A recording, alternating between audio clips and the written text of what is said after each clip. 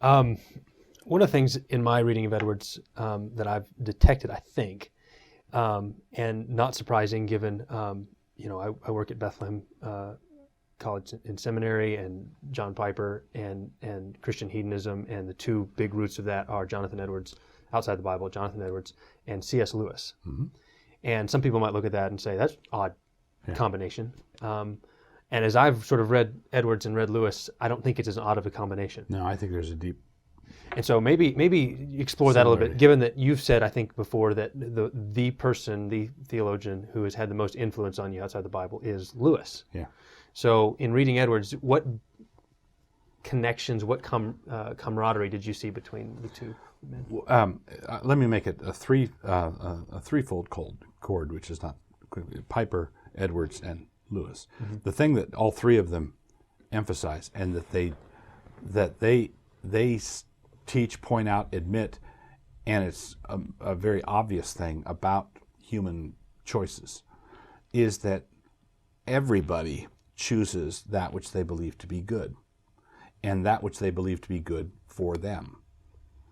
Okay. Now, there's a way of doing it selfishly. Mm-hmm. The difference between good and evil is determined by what you call good, not whether you pursue good.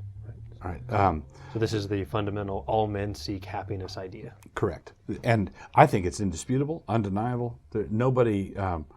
So if somebody says, well, someone, and this goes back to Edwards' freedom of the will, when you choose, the will is like those little bins full of teddy bears at the state fair. There's a little mechanical arm that you can pay a quarter and grab to try and get a teddy bear for your girlfriend. Well, the will is this mechanical arm. Uh-huh. Your heart is the bin with the contents. The mechanical arm has no ability to determine the contents of the chest. Uh-huh. It just has the ability to identify and haul out whatever's in there. Piper sees that. Edwards sees that very clearly. The whole treatise on the freedom of the will is just demonstrates this, blows the doors off that whole thing. Yeah. There's no such thing as free will. They're free agents, but free will, in the absolute sense. In the absolute, if there were such a thing as free will, we would call such a person insane. If someone has free will, autonomous will, where they had the ability to choose contrary to their strongest desire. Yep. Why did you throw the vase against the wall? Because I wanted to go for a walk. That's what I really wanted to do. Yeah. That's not incoherent. That's not free will. That's incoherence. That's insanity. Yeah. So Edwards teaches that what you choose is what you wanted by definition. Mm-hmm. What you choose is what you wanted by definition, and it's sort of a bracing, clear-headed argue with that. Yeah, it's a really obvious thing, but we need to be told it. Right. And so he walks through the psychology of the will in this wonderful way. So, if I could quote my father, my dad preached for us at Christ Church a year or so ago, and he was making a point that absolutely everything you do, you're serving God or not. Mm-hmm. And he said, someone's going to say, well, what if I'm sleeping? And he said, well, you either should be or shouldn't be. You either should be. It's one or the other. You should be sleeping, in which case you're honoring God, or you shouldn't be. Everything comes down to this, and this is why I think his resolutions can be understood in a healthy way, because he had the kind of incisive mind that saw that everything you do, you're going one, you're doing this way or that way. So Piper emphasizes Christian hedonism, which is operating out of the same model. Uh-huh. Everyone chooses what they believe. Everyone chooses what they desire. Uh-huh. And Lewis does the same thing in Reflections on the Psalms, for example. So Lewis says that basically Lewis uses the example of a man. If a man marries an elderly woman for her money, mm-hmm. the problem is not that he wants a reward through marriage. The problem, Lewis said, is that he's wanting an unnatural reward for marriage.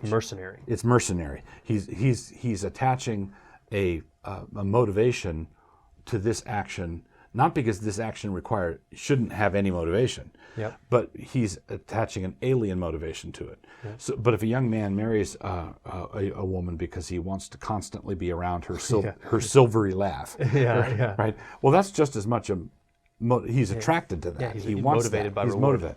So good men and evil men are not divided by the good man desiring nothing and the bad man desiring stuff. The thing that separates them is the good man desires good things, and the bad man desires bad things. But they both desire, and they both delight in, they both pursue the object of their desire. Edwards is very clear-headed on this. Lewis is very clear-headed on this, and the modern advocate of this particular psychology is John Piper. So those things go together, and I think they're critical. So if you say, if I'm standing out in the front yard in the rain and I'm cold and wet, can a Christian go inside and get warm and dry? Well, we know from the Bible that it would be better to be cold and wet and love Jesus than to be warm and dry and not love Jesus. Right. It would be better to be rich. It would be better to be poor and love Jesus than rich and godless. Yeah. But how about rich and love God? How about poor and godless? Yeah. There are four options there. Yeah. And so when can I, if I'm sick, do I know which direction to pray? So the Apostle Paul has a thorn in his flesh, and he asks God to take it away. Now he submits to God when God says no, but he knows which direction to pray. Right. Yeah. So I want to be made whole. I don't want the thorn in my flesh. And if you say it's better for me to have the thorn in my flesh for the sake of my godliness, great. Right, great. But he doesn't pray for two thorns in the flesh. Right. We all know. So we're built by God to move away from the pain and toward the pleasure. And is this pain? And then we bring in the question of duty. And it's your duty to stay on the football team and endure the 3 days. That's what you need to do. Well, now I'm not saying now I'm going to embrace the pain. Now I'm embracing the pleasure of doing my duty, right? And it's that kind of disciplined understanding of what makes human beings tick that I think ties Lewis and Edwards and Piper together in a wonderful way. Are there any other lessons from Edwards? I mean, was there something just maybe for you personally as you were reading him that was the most edifying, something that you read, or maybe the most challenging that when you read it you thought that I needed that?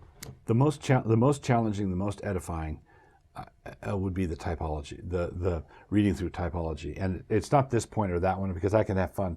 I can have fun with this point or that one. Yeah. But the challenging thing is, to know the Bible like that. Yeah. Yeah. I wish that I would. I wish it just came out. It's like when you hear, read a Spurgeon sermon and you just see the way that the biblical illustrations and the biblical just kind of flows out of that. Yeah. That you just wish you didn't. So basically, I would love to be as scripturally steeped as Edwards clearly was, and the typology book reveals it like nothing else. Good. And he didn't even have any computer software. Right. He's doing it all just with his authorized version, and that's all. Right. Well, good. Well, thank you. Thank you.